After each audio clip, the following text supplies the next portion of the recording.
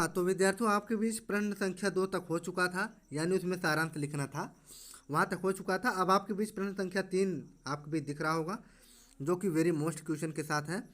निम्नलिखित पद्यांशों में से किसी एक की हिंदी में संदर्भ सहित व्याख्या कीजिए, आपके क्वेश्चन में कह रहा है। जैसा कि आप देख सकते हैं, 2 नंबर संदर्भ सहित और व्याख्या का 5 नंबर, यानी आपको कुल मिलाकर 7 नंबर का क्वेश्चन है, आप देख सकते हैं। और जैसा कि आपको मैं दोनों संदर्भ सहित व्याख्या बताऊंगा, दोनों वेरी इंपॉर्टेंट है 2022 के लिए, ध्यान दीजिए।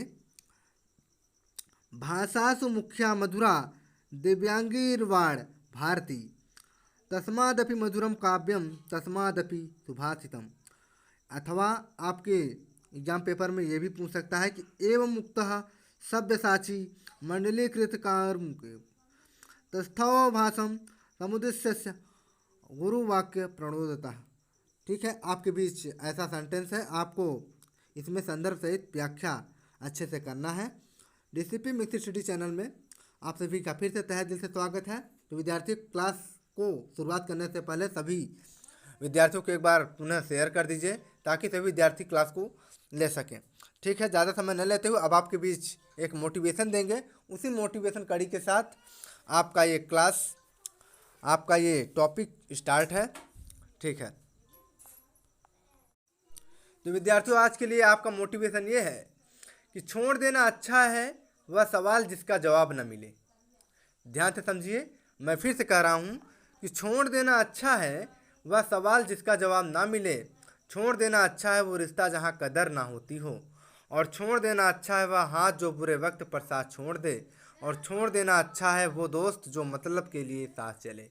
तो कहने का मतलब, यहाँ पर हमारे कहने का मेन मकसद ये है विद्यार्थियों, कि आप अगर मतलब के लिए पढ़ रहे हों, ठीक है, या मतलब के लिए दोस्त बना रहे हो अगर आपको कोई, तो आपको वहाँ पर कोई कदर न करते हुए आपको छोड़ देना चाहिए। इसलिए आपसे मेरा पुनः एडवाइस यही है कि आप अच्छे से, जड़ से, तन मन धन से और हृदय से, और दूसरी बात ये कहना चाहूँगा कि आपको अच्छे तरीके से, यानी आपको जड़ से लेकर मजबूती तक, आपको उसकी ढाह तक पकड़ते हुए आपको पढ़ना है। बस यही कहने का मतलब मेरा यही था। छोड़ देना अच्छा वो दोस्त जो मतलब के लिए साथ चले। दोस्त का मतलब यहाँ पर यही है कि आप मतलब के लिए ना पढ़ें, और वो पढ़ें जो आपकी ज़िंदगी के लिए भी अनिवार्य हो। ठीक है, ज़्यादा समय न लेते हुए अब आपके बीच आपकी क्वेश्चन वेरी मोस्ट 2022 के लिए पूछे जाने वाले संभवतः क्वेश्चन स्टार्ट हैं। तो विद्यार्थियों, आपके बीच यही संदर्भ सहित व्याख्या करने के लिए बोला था कि भाषा तो मुख्या मथुरा दिव्या गीर्वाण भारती, तस्मा वृद्धि काव्यम मधुरम तस्मादपि सुभाषितम। जैसा कि आप देख सकते हैं कि 2012 और 2013 में पूछा गया है, और 2022 के लिए वेरी इंपॉर्टेंट क्वेश्चन है डीसीपी मिक्स स्टडी। और अब आपके बीच इसका संदर्भ सहित व्याख्या बताते हैं, वैसे आपको लिखना है। तो विद्यार्थी, हेडिंग डालेंगे संदर्भ।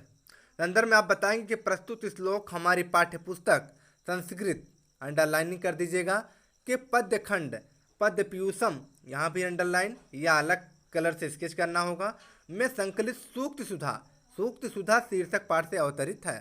ठीक है, अब प्रसंग में आप थोड़ा बताएंगे कि प्रस्तुत श्लोक में संस्कृत भाषा और सुभाषित की विशेषता बताई गई है। और व्याख्या हेडिंग डालकर आपको अच्छे से लिखना होगा हैंड राइटिंग बैठाकर, कि विश्व की समस्त भाषाओं में देवताओं की वाणी अर्थात संस्कृति प्रमुख मधुर गुण से युक्त और अलौकिक है, इसलिए उसका काव्य भी मधुर है। उससे भी मधुर उसके सुंदर उपदेश परक वचन अर्थात सुभाषित है। तात्पर्य यह है कि संस्कृत भाषा संवैधानिक गुणों से युक्त है। इतना आप बताएंगे, खट से आपको 7 नंबर मिल जाएगा बिना कहे सुने। कितना नंबर? 7 नंबर। ठीक है, अब आपको अथवा वाला भी बता देते हैं कि वो भी वेरी मोस्ट है, दोनों पढ़ लीजिएगा, दोनों अवश्य 2022 के क्वेश्चन में पूछा जाएगा, नहीं पहचाने का मौका मिल जाएगा विद्यार्थियों। ठीक है, देखते हैं उसको भी। हाँ, तो विद्यार्थियों, अथवा वाले में यही था संदर्भ व्याख्या करने के लिए, कि एवं मुक्तः सव्यसाची मंडलीकृत कारमुकः तस्थौ भासु समुद्देश्य गुरुवाक्य प्रणोदितः। मैं आराम आराम इसलिए बोलता हूँ ताकि आप समझ सके, ठीक है। नहीं तो बोलने की हमारी स्पीड कहीं एक्सप्रेस ट्रेन की जैसा है, ठीक है। तो अब आपको संदर्भ सहित व्याख्या बताते हैं अच्छे से। हाँ तो विद्यार्थियों, जैसा कि आपके भी संदर्भ उपलब्ध है, आप बताएंगे कि प्रस्तुत पद्यांश श्लोक महर्षि व्यास, अंडरलाइनिंग अच्छे से कर लीजिएगा, महर्षि व्यास द्वारा रचित महाभारत के आदि पर्व के 123वें, ध्यान रखिएगा 123वें अध्याय से संग्रहित और हमारी पाठ्यपुस्तक संस्कृत के, किसके, संस्कृत के पद्यखंड पद्य पीयूषम के लक्ष्य वेद परीक्षा शीर्षक पाठ से उद्धृत है। इतना आप बताएंगे संदर्भ में। उसके बाद आप बताएंगे प्रसंग, उसके बाद व्याख्या। देखिए, तो आप बताइए कि संदर्भ हो चुका था, प्रसंग और व्याख्या बताना है। एवं मुक्त सव्य साची मंडलीकृत कार्मुकः तस्थो भाषम समुदेश गुरुवाक्य प्रणोदिता। ठीक है, इसका आप प्रसंग बताइए कि प्रस्तुत श्लोक में लक्ष्य वेद के लिए अर्जुन के तैयार होने का वर्णन है। अब आप व्याख्या हेडिंग डालिए और बताइए कि गुरु द्रोणाचार्य के द्वारा इस प्रकार आदेश देने पर गुरु के कथन से प्रेरित हुए धनुष को मंडलाकार बनाए हुए, अर्थात धनुष को ताने हुए दाहिने और बाएं दोनों हाथों से धनुष पर बाण चढ़ाने में सिद्धहस्त अर्जुन गिद्ध पक्षी को लक्ष्य करके अर्थात निशाना साध कर खड़े हो गए। इतना आप बताएंगे, खट से आपको 7 नंबर मिल जाएगा। वेरी मोस्टेड क्वेश्चन है, पढ़ लीजिएगा, नहीं पछताने का मौका मिल जाएगा। विद्यार्थी बार बार कहते हैं। हाँ तो विद्यार्थियों, आपके बीच प्रश्न 4 नंबर है कि निम्नलिखित सूक्तियों में से किसी एक की संदर्भ हिंदी में व्याख्या कीजिए। जैसा कि आप देख सकते हैं कि 1 + 2 यानी इक्वल टू 3 नंबर, यानी कि संदर्भ हिंदी में व्याख्या, संदर्भ का 1 नंबर और व्याख्या का 2 नंबर। ठीक है, एक सूक्ति है और आपके बीच 3 सूक्ति दिया गया है और किसी एक का व्याख्या करना है। जैसा कि अ नंबर आपके बीच उपलब्ध है कि सत्यम ब्रूयात प्रियम ब्रूयात न ब्रूयात सत्यम प्रियम। ठीक है, ब नंबर है कि निर्वैरः सर्वभूतेषु यह स ममित पांडव। ठीक है, तो अब स नंबर है आपके बीच कि चत्वारितस्य वर्धन्ते आयुर्विद्या यशोबलम। ठीक है, इतना है आपके बीच सूक्ति। अब आपको हम कोई एक देंगे संदर्भ हिंदी में व्याख्या, जो कि मोस्ट रहेगा 2022 के लिए और आपके क्वेश्चन सेट में पूछा जाएगा। ठीक है, अब देखिए, आप आपके बीच दिख रहा होगा। हाँ तो विद्यार्थियों, आपके बीच जैसा कि पहला वाला सत्यम ब्रूयात प्रियम ब्रूयात वाला हम आपको संदर्भ बता रहे हैं कि प्रस्तुत सूक्ति हमारी पाठ्यपुस्तक संस्कृत के, ध्यान रखिएगा, अंडरलाइनिंग कर दीजिएगा, संस्कृत के पद्यखंड पद्य पीयूषम के विद्यार्थीचर्या नामक पाठ से उद्धृत है। ठीक है, ऐसा आप बताएंगे संदर्भ में। उसके बाद आपको प्रसंग और व्याख्या बताएंगे। अच्छे से देखिए कैसे लिखना है ताकि अच्छे से नंबर और मार्किंग हो। हाँ तो विद्यार्थी, सत्यम ब्रूयात प्रियम ब्रूयात न ब्रूयात सत्यम प्रियम सत्यम ब्रूयात प्रियम ब्रूयात। ठीक है, 2011-2012 में पूछा गया, वेरी मोस्ट है। आप प्रसंग में बताइए कि प्रस्तुत सूक्ति में प्रिय सत्य बोलने पर बल दिया गया है, इतना बताएंगे। उसके बाद आप बताइए अर्थ में कि सत्य बोलना चाहिए, प्रिय बोलना चाहिए, परंतु अप्रिय सत्य नहीं बोलना चाहिए। ठीक है, और उसके आगे आप बता सकते हैं मनुष्य को सदा सत्य बोलना चाहिए। सत्य बोलने के साथ साथ उसे ऐसा वचन भी बोलना चाहिए जो सुनने वालों को प्रिय लगे। यदि कोई बात सत्य है लेकिन सुनने वाले को वह बुरा लगती है तो उसे भी नहीं बोलना चाहिए। जैसे किसी व्यक्ति का कानों कहकर पुकारा जाए तो यह बात सत्य तो है लेकिन उसके लिए अप्रिय है, और अतः सत्य होते हुए भी अप्रिय होने के कारण ऐसा नहीं कहना चाहिए। इतना लिखेंगे, खट से आपको जो भी नंबर होगा एग्जामिनर आपको पूरा का पूरा नंबर दे देगा। ठीक है, नेक्स्ट क्वेश्चन को चलते हैं। सभी क्वेश्चन मोस्ट हैं। हाँ तो विद्यार्थी, अथवा में यह भी क्वेश्चन मोस्ट है हमारे ख्याल से। भाषा तो मुख्या मधुरा दिव्या गीरवाड़ भारती। ठीक है, जैसा कि आप देख सकते हैं कि 2011, 2017 और 2019 में पूछा गया, वेरी मोस्ट है। 2022 के लिए वेरी मोस्ट है, ध्यान रखिएगा। तो आप संदर्भ बताएंगे कि प्रस्तुत सूक्ति हमारी पाठ्यपुस्तक संस्कृत के पद्यखंड के पद्यपीयूषम के सूक्ति पाठ से उद्धृत है या सूक्त सुधा पाठ से उद्धृत है, इतना बताएंगे। ठीक है, अब आप प्रसंग में हेडिंग डालेंगे और बताइए कि इस सूक्त में संस्कृत भाषा के महत्व को बताया गया है, और अर्थ में आप हेडिंग डालकर बताएंगे कि सभी भाषाओं में संस्कृत या ये कह सके प्रमुख, मधुर और अलौकिक है। ठीक, व्याख्या में आप बताएंगे कि विश्व की समस्त भाषाओं में संस्कृत भाषा को गीर्वाणी या गीर्वाणवाणी अर्थात देवताओं की भाषा बताया गया है। उसके बाद आप कह सकते हैं कि यह भाषा शब्द रचना की दृष्टि से दिव्य, भाषाओं की दृष्टि से मधुर तथा विश्व की भाषाओं में प्रमुख है, और इस भाषा में उत्तम काव्य, सरस, नाटक और चंपू पाए जाते हैं। इस भाषा में धर्म, दर्शन, इतिहास, चिकित्सा आदि सभी विषयों में पर प्रचुर सामग्री उपलब्ध है। इतनी संपूर्ण भाषा विश्व में कोई और नहीं है। इतना आप बताएंगे। खर से आपको एग्जामिनर जितना कि नंबर है पूरा का पूरा आपको मार्किंग कर दिया जाएगा। ठीक है, पूरा का पूरा नंबर मार्किंग किया जाएगा। नेक्स्ट क्वेश्चन को चलते हैं।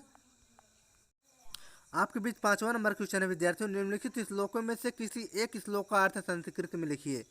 जैसा कि आप देख सकते हैं कि 5 नंबर क्वेश्चन है, और आपके बीच दिख रहा होगा कि अभिवादनशील से नित्यम वृद्धोपसेविनः चत्वारि तस्य वर्धन्ते आयुर्विद्या यशोबलम, अथवा करके दिया गया है सर्वपर्वशम दुखम सर्वम मात्मवशम सुखम एतत् विद्या समासेन लक्षणम सुख दुखयोः।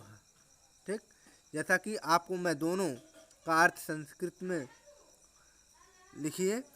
हम आपको अब बताते हैं कैसे आपको करना होगा, कैसे आप 5 नंबर अपने परीक्षा में हासिल करेंगे। देखिए ध्यान से।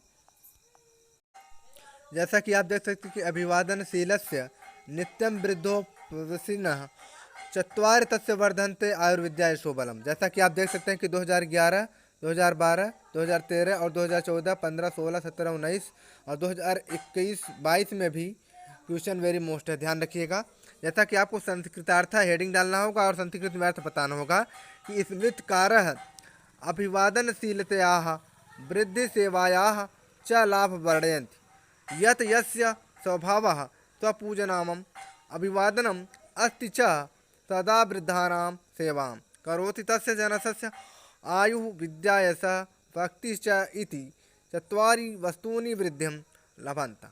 ठीक है, इतना आपको बताना है। खट से आपका नंबर एग्जामिनर ऐड कर देगा। ठीक है, इतना आपको खट से बताना है। ठीक है, नेक्स्ट क्वेश्चन को चलते हैं। आपको अथवा वाला भी बता देते हैं, वो भी मोस्ट है, ध्यान रखिए। जैसा कि आपके बीच ये भी वेरी मोस्ट है, ध्यान रखिएगा।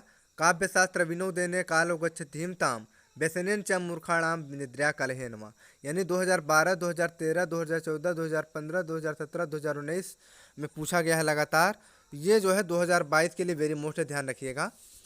तो आप संस्कृतार्थ हेडिंग डालिए और बताइए संस्कृत में अर्थ कि कवि मूर्खाणाम बुद्धिमताम च समयापनस्य अंतरय वर्णयति यत बुद्धिमन्तः जनाः स्वसमयं काव्यशास्त्राणां पठनेन पाठनेन च यापयन्ति एतद् विपरीतं मूर्खाः जनाः स्वसमय दुराचारेण शयनेन विवादेन वा यापयन्ति।